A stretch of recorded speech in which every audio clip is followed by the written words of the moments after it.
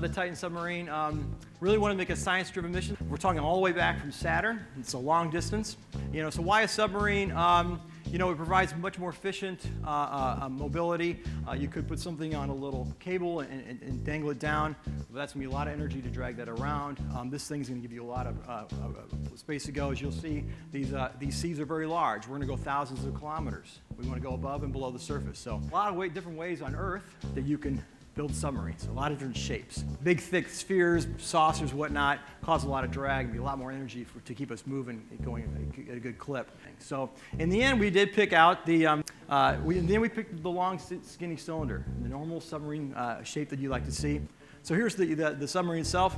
Here's the science. There's a surface science, so meteorology station here and a surface imager. Up high, you want to be able to see kind of as far inland as possible. A light and a camera for when we're subsurfaced. Physical properties to basically bring in the fluid and analyze that as we move along. Depth sounder, and then of course the side-looking sonars, which looking down with the ship is nice, but looking sideways you can get a lot more visibility there. So, and so that's the science packages. Launch, and probably around 2040.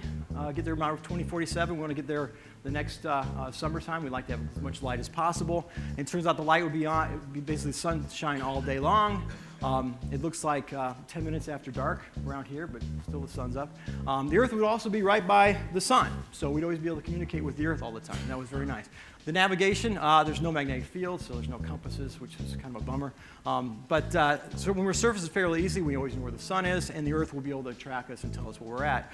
Submerged, a little tougher. We kind of borrow from terrestrial sources. There's a Doppler velocimeter, which basically bounces off the seafloor and basically tells you how fast you're going and whatnot. We want to keep our position fairly well tracked and roughly within a kilometer. So every 8 hours, we're still within a kilometer where we think we are.